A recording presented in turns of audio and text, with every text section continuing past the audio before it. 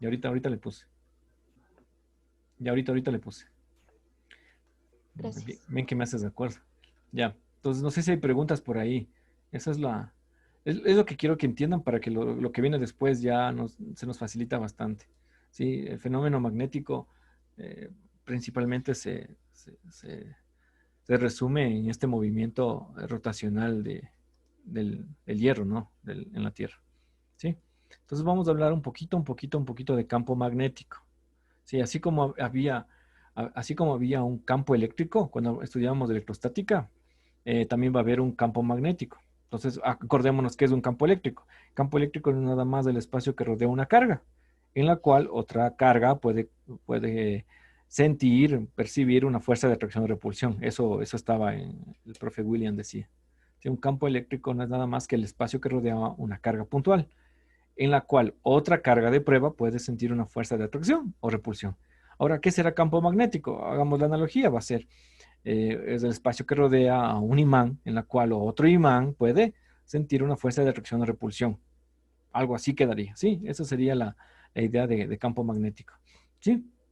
Entonces, si en el campo eléctrico habían líneas de campo eléctrico, ¿sí? No sé si se acuerdan ustedes de las líneas de campo eléctrico ay caramba, las líneas de campo eléctrico habían de dos tipos, ¿no? Cuando era una carga positiva y cuando era una carga negativa.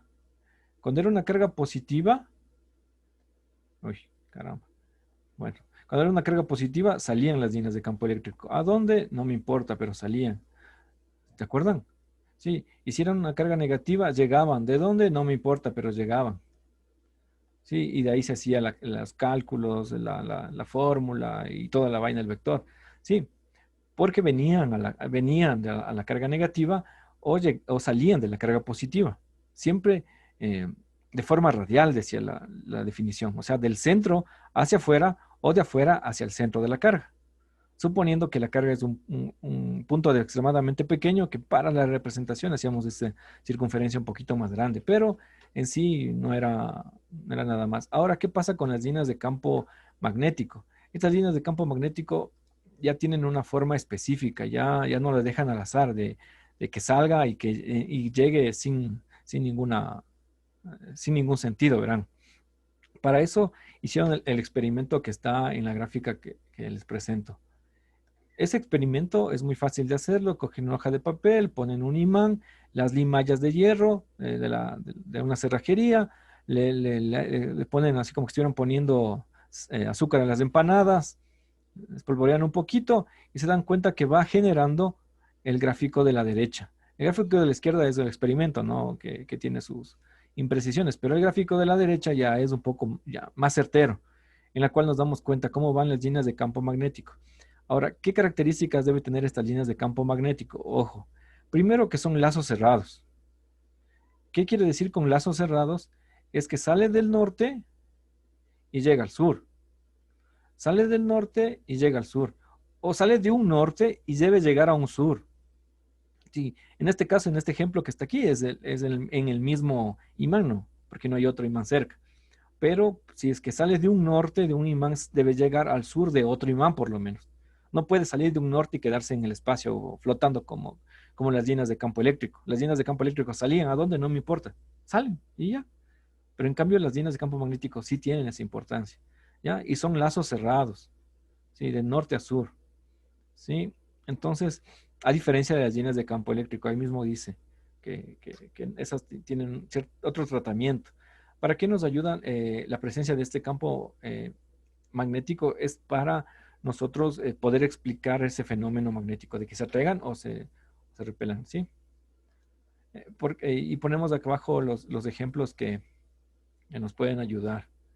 Miren las gráficas, no sé si son un poco chimbas, pero suponiendo que aquí es del norte, ¿no? Y aquí es del norte. No se ve en la gráfica, creo. Pero las líneas de campo magnético lo que hacen es esto,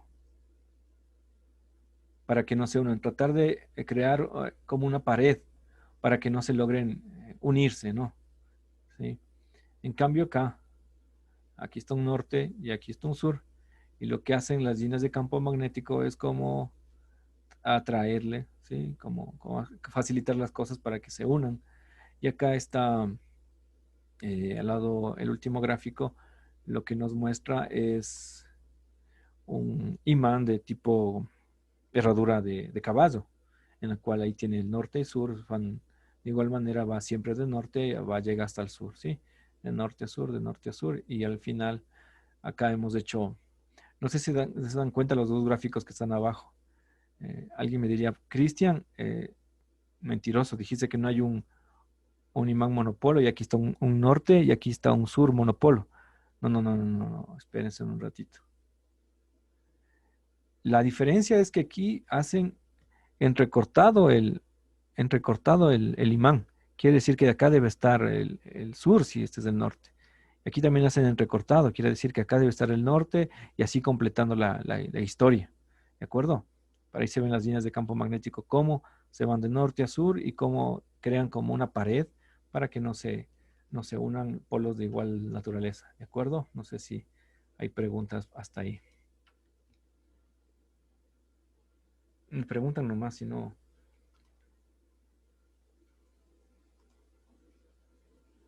Súper claro, creo yo, no, no sé si alguien tiene una pregunta.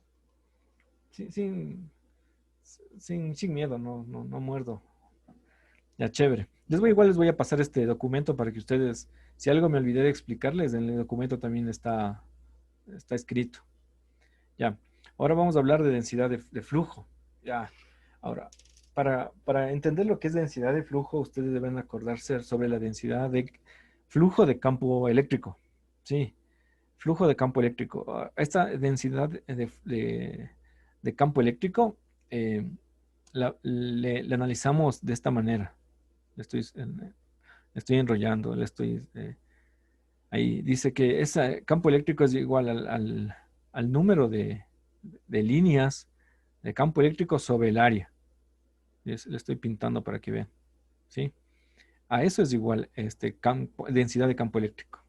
Claro que hay una fórmula un poco más elaborada, ¿no? Es igual a constante por carga sobre distancia al cuadrado, ¿sí? Para específicamente. De ahí ustedes lo que hacen es, si hay una carga, hacen una sola vez, dos, tres, hacen las que existan, de ahí suman vectorialmente y terminaron el asunto. Ya. Ahora, ¿por qué explico eso? ¿Por qué explico eso? Porque va a pasar lo mismo, va a pasar algo muy parecido en las líneas del flujo magnético, ¿sí? Eh, Aquí en este espacio, en el campo eléctrico, analizamos en ese sector. Como hay tres líneas de campo eléctrico, tendría que poner tres líneas de campo eléctrico sobre el área, no sé, 1 centímetro cuadrado, hago la división y ya está listo. O sea, no hay problema ahí, ¿ya? Ahora lo mismo tendremos que hacer, pero para encontrar el flujo magnético, las líneas de la densidad de flujo magnético. Tendríamos que calcular cuántas son las líneas de flujo magnético, que es ese delta phi sobre el área. ¿Entendido? Entonces, para hacerlo un poquito más formal, se ponen ya un poema. El poema dice, la densidad de flujo magnético en una región de un campo magnético es el número de líneas de flujo que pasan a través de una unidad de área perpendicular en una región. Sí, esa es la definición oficial de densidad del flujo magnético. ¿Sí? Y algo parecido va a ser también la definición de densidad de flujo de campo eléctrico. ¿Sí? Ya, aquí hay algunos conceptos que tenemos que acordar. Primero, voy a subrayar. Esta B, esta B va a simbolizar la densidad de flujo magnético. ¿Sí? Esta phi mayúscula va a simbolizar el flujo magnético. ¿Entendido? Y esta A no es cualquiera, es el área. Mirarán, dice área perpendicular a esta región. Por eso está este símbolo pequeñito ahí abajo, no sé si le ven. Entonces nosotros lo que tenemos que hacer para encontrar el flujo, la densidad de flujo magnético es encontrar el flujo y después dividirlo para el área perpendicular. ¿En qué se mide? ¿En qué se va a medir el flujo magnético? El flujo magnético se va a medir en Weber, ¿sí? Y el área se va a medir en metros cuadrados, ¿sí? Debería ser, miren, debería ser, la unidad de medida debería ser Weber sobre metro cuadrado, pero en honor al Nicolás Tesla le pusieron de unidad de medida eh, los, el Tesla, la unidad de medida en el sistema internacional del, la densidad de flujo magnético eh, es del Tesla, ¿sí? A veces en algunos libros, algunos ejercicios solo dice el campo. El campo magnético es de 3 teslas. Entonces ya no nos dicen el nombre completo, no, porque el nombre completo debería ser densidad de flujo magnético. Pero en algunos textos, algunos ejercicios me dice el campo es de 3 teslas, de 10 teslas, de 0,5 teslas. Sí, pero nosotros escuchamos Tesla y la asociamos directamente a la densidad de flujo magnético. Chévere. No sé si me hacen nomás alguna pregunta. Entonces bajamos, bajamos, bajamos. Y aquí es lo que les estaba explicando de la unidad de medida la unidad de medida del sistema internacional, que era de Weber, ¿sí? Que al final debería ser Weber por metro cuadrado, pero decimos que se redefine por teslas, la densidad de flujo magnético, ¿sí? Pero hay una unidad antigua que se utiliza en algunos casos, que es el Gauss. Entonces, ¿por qué? Porque un Tesla es igual a 10 a la 4 Gauss, ¿sí? Ahí quedaría. Tengan cuidado, el campo también podría, el campo magnético también podría estar expresado en Gauss. Lo que tenemos que hacer es la conversión respectiva y nos vamos directo. ¿Sí? Preguntas hasta ahí.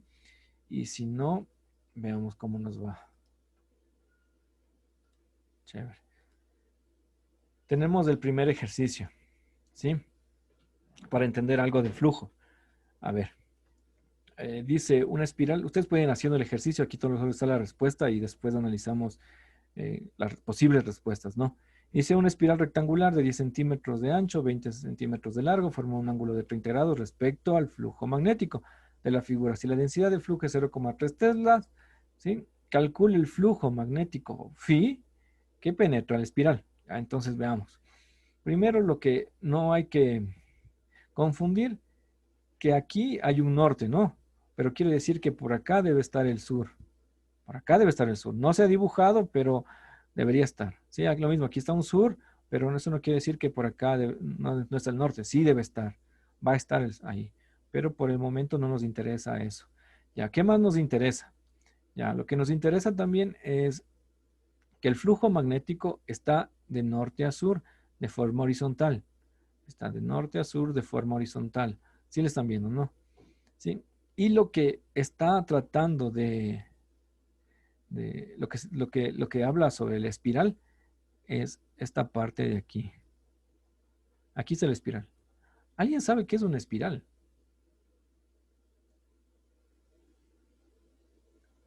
Porque si no entendemos qué es una espiral, nos fregamos. Un alambre. Ya un alambre, de cualquier forma.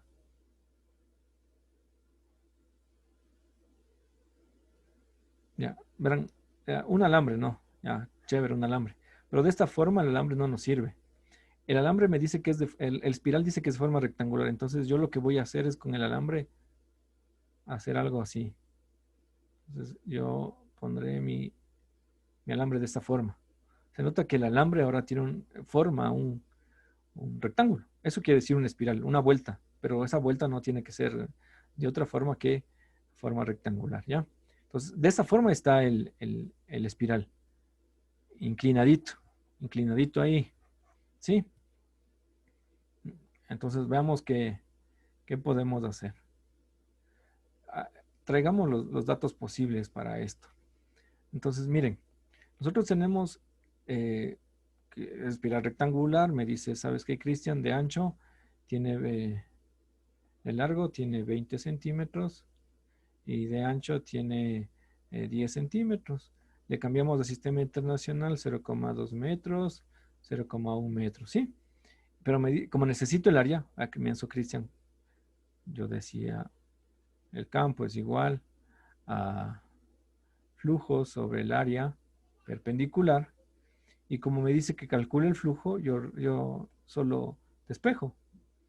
Entonces sería campo por el área perpendicular. Sí, listo. Veamos qué tenemos. Los 0,3 teslas ya los tenemos. Nos faltaría el área, ¿verdad? Y como dice que es un rectángulo, el área de un rectángulo base por altura o lado por lado y ya está. Me quedaría aproximadamente de 0,02 metros cuadrados. No sé si me equivoqué. Sí, ya. ¿Qué nos quedaría Sí. para terminar? Meterle acá, reemplazarle, ¿no? Sería 0,3 por 0,02. ¿Esto cuánto es? Y veamos si me convence esa respuesta. Y con el ángulo no se tiene que hacer algo. Claro, claro, eso mismo, por eso mismo, eso es lo que quiero que ustedes, por eso me hice el bolas ahorita, pero es importante ver el ángulo. ¿Por qué me interesa el ángulo? Ojo, mira, lo que voy a decir ahorita. Ahí Esta, sale, como está, sale 6 por 10 a la menos, o sea, 6 miliwebers. eso, a ver, pongamos 6 miliweber, ¿ya? Pongamos ahí, ya, chévere, gracias. Ya, pero mira, ahorita le pinté al espiral, ¿no es cierto? Esa espiral está acostadita, pero esa área que está acostadita no me sirve, porque la definición me dice que es área perpendicular. Por ende, yo tengo que encontrar esta área roja que estoy pintando ahorita. Sí, porque esa área roja que pinté ahorita, esa área es perpendicular al campo. No la azul, porque el azul está acostada y tiene 30 grados. Tendría que encontrar esa proyección perpendicular para yo saber cuál es el área efectiva que penetra el campo magnético. Sí, entonces aquí no es muy complicado, ¿no? Porque ustedes se dan cuenta con las funciones trigonométricas cuál relaciona la hipotenusa con el cateto opuesto, es el seno. Entonces, para que ustedes no se hagan mayor lío, la fórmula que deberían usar ya de forma general en el flujo sería campo, área, seno del ángulo. En este caso sería ya, estos dos de aquí sería 6 por 10 a la menos 3, seno de 30 grados, me parece. Y ya, con esto, ahí sí nos saldría lo de acá, ¿verdad?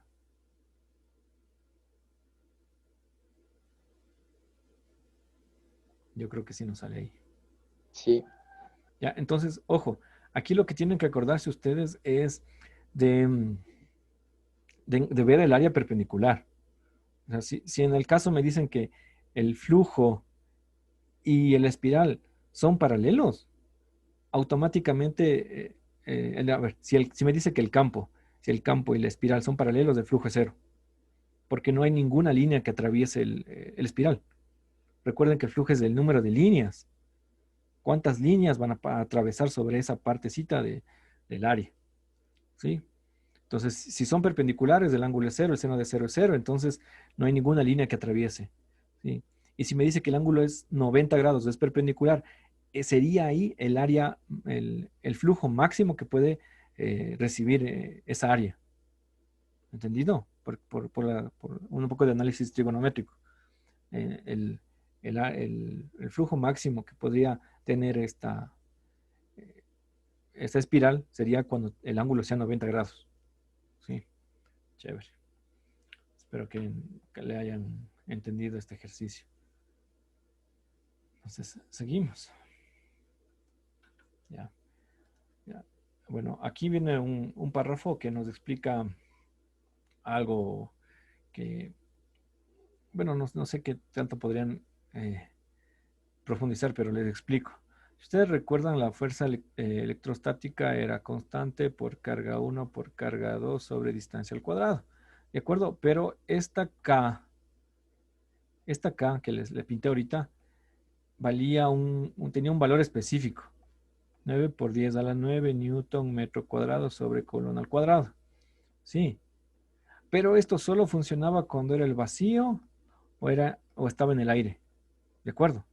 Si me decían calcular la fuerza eléctrica de dos cargas en el agua, en el aceite o en otro lugar, fregado, ese 9 por 10 a la 9 se iba al piso, tendría que hacer otra cosa, buscarme otra tabla, otro valor, pero no podría usar el 9 por 10 a la 9. ¿Entendido? Pero eso es lo que me dice en este párrafo. En este párrafo de aquí, lo que me dice es que puede pasar lo mismo. Puede pasar que este flujo, este campo, no esté en el aire, en el vacío. Puede ser que ya exista otro material, hagamos este experimento en agua, en aceite o en otro lugar que no tenga las mismas características magnéticas, entonces aquí lo que tendríamos que poner